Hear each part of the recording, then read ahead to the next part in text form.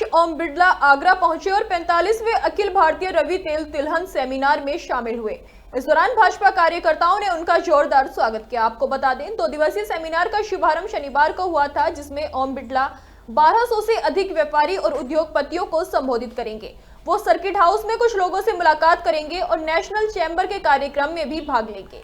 कार्यक्रम में तेल मिलर उत्पाद में मिलावट, गुणवत्ता और पैकिंग स्तर पर हो रही मिलावट पर चर्चा की जाएगी। साथ ही उच्च गुणवत्ता वाले खाद्य तेल की उपलब्धता पर मंथन होगा। देखिए, मैं तो व्यक्तिगत रूप से भी बहुत दुखी हूँ इस बयान की बात, क्योंकि जो खानुओं का मैदान है वो फतेहपुर सीकरी में है। फतेहपुर सीकरी भरतपुर के मध्य में खानुए का मैदान है।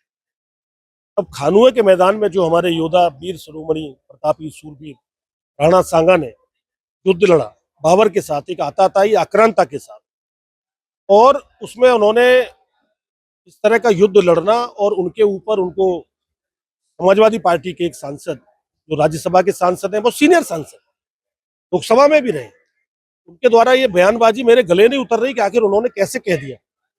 मुझे ऐसा लगता है कि हर पार्टी अपने एमपी को एक सब्जेक्ट देती है पार्लियामेंट के अंदर बोलने के लिए। तो ये समाजवादी पार्टी की सोच है, तुष्टीकरण की राजनीति कर रही है। तो कभी वो औरंगजेब के बारे में उनकी महिमा मंडन करते हैं, कभी वो बाबर के बारे में करते हैं। तो ये तो पराकाष्ठा हो गई जी।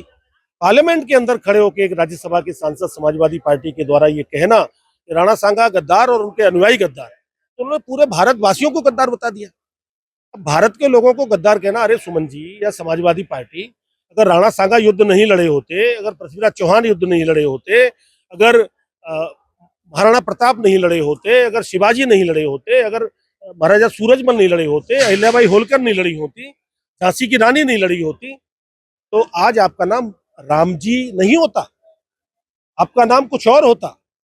जिनके आप अपने आप को वंशज बता रहे हो, मुझे लगता है कि आपका नाम कुछ खान होता। उत्तर प्रदेश ऑयल एसोसिएशन के तत्वाधान में रबी की सेमिनार के लिए पूरे देश भर के सरसों उत्पादक किसान के कुछ प्रतिनिधि और इसके ऑयल मिल के मालिक लोग, पाम ऑयल के आयातक, इंडस्ट्री से जुड़े हुए लगभग 1400 प्रतिनिधि शामिल हैं। तो चर्चा हुई है कि किस प्रकार से हम आयात जो 60% हो रहा है उसको कम कर सकें, आत्मनिर्भर हो जाएं और निर्यात कर सकें, तो बहुत ही अच्छा है। सरसों केवल 12% हम 23 से 25 मिलियन मैट्रिक टन हम इस्तेमाल कर रहे हैं, क्योंकि 144 करोड़ का देश है और हम पैदा कर रहे हैं 12 से 14 मिलियन मैट्रिक टन। लगभग 65% हम आयात कर रहे हैं, जिसमें 40% तो पाम ऑयल है।